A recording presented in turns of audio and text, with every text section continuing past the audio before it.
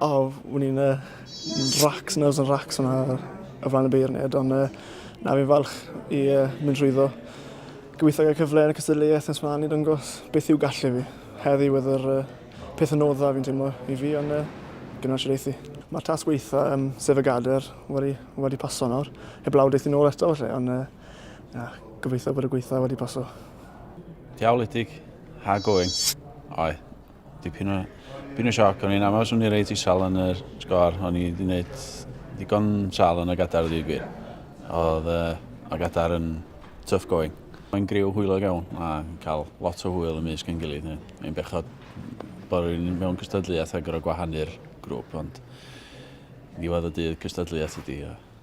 Oedd yn rei braf aros i mewn, a braf gweld pawb arall yn aros i mewn, o gyda i'm eisiau gweld neb yn allan, digwyr.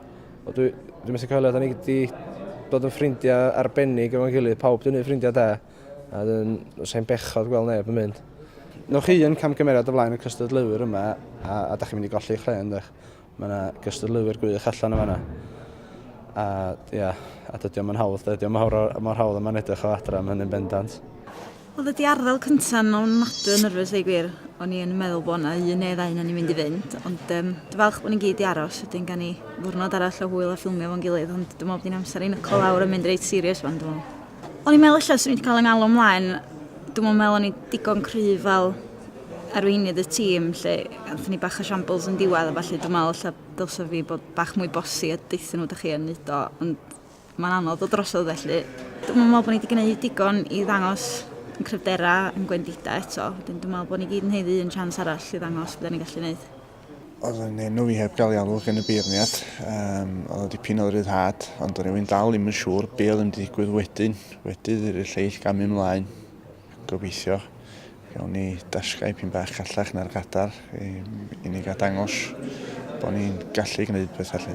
Oedd hwnna'n brofiad, wel, fi'n mynd i goffod wneud e to, ond sa'n moyn wneud e mewn hast. Pan wnaethon nhw dechrau camol y pedwar oedd o'n blaenau ni, o'n i'n disgwyl rhywun arall i goffod camu mlaen i gadael y rhaglen i fod yn onest, ond na, fi'n digon hapus. Oedd o'n ofn nadw yn y frecyn. Ond pan o'n cwchyn gweddi bobl allan, o'n i'n disgwyl cael nhw fi allan, ond diolch i ddew ddoth o ddim. Da ni gyd yn gynol ewn fel tîm, da ni gyd yn gyrru ymlaen yn dda, ond gawn ni weld beth sy'n digwydd. Ddim yn dda. O'n i'n meddwl mae hi nos da. Wel, o'n i'n meddwl bod fi'n neud rhy dda ar y cwestiynau. Yn amlwg mae pwyntiau am gweud pas na o siwr o fod, so fi'n hapus yna.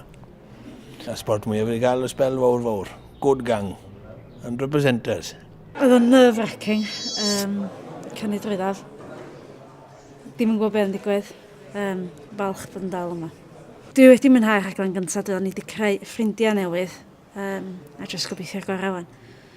Dwi'n bach ar ryddhad i ddim clywed enw fi a gweld mae pawb yn sefyll nawr so. A ni fel teulu mowr gyd i gilydd de.